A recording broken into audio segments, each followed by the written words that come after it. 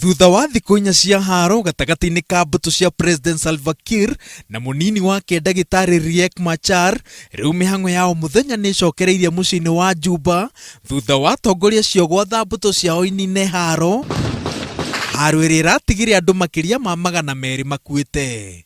Nakuo gũkũ Nairobi, gĩtĩ gĩa barothi wa Sudan ya muhuro Chola Jongo gĩkũmwetereire nĩguo athathaũre ũrĩa bũrũri wake ũikaire kahinda-inĩ gaka. Gĩtũmi kĩnene kĩa haro kũringana na Jongo nĩ ũndũ wandĩkirwo rũrenda-inĩ rwa Facebook no kĩhahũra mbũtũ cia Machar. Press secretary who was in charge of the media had a release.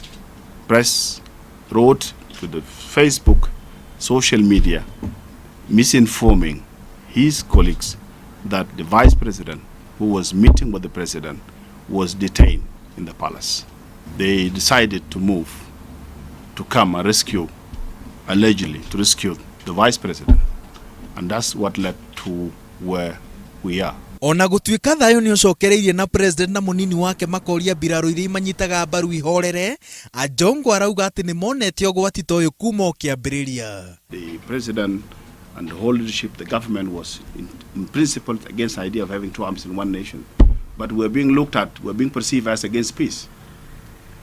Regions and with the supporters came in that there must be two armies. We resisted that, but later on, for the sake of peace, we accepted. This is what we predicted, and this is exactly what you are saying. Gukinyeria kahinda-inĩ gaka gutire ikuũ kana nguraro ciandĩkithĩtio cia Kenya, ona gutuika thikũ nini thiru a Kenya arĩa me Sudan ya muhuro makoretwo magĩtio teithio. Thabarĩ cia ndege citirĩ iracokereria na mabũrũri na ikundi itiganite cirenda mitaratara ya gũkindĩra thayũ wa gũtũra bũrũri-inĩ wa Sudan. Andu ni mambĩrĩirie kwĩyumĩria barabara-inĩ cia Juba na mihang'o ya kawaida ĩkambĩrĩria gucokereria mũgarũ na hau kabere rĩrĩa andũ marehingĩire nyũmba-inĩ ciao magĩthema mbara na ngero iria irakoretwo ikĩrehwo nĩ mbiraru ikĩng'ethanĩra. Ngĩribotera Inooro TV, njĩtagwo Waweru wa Nyambura.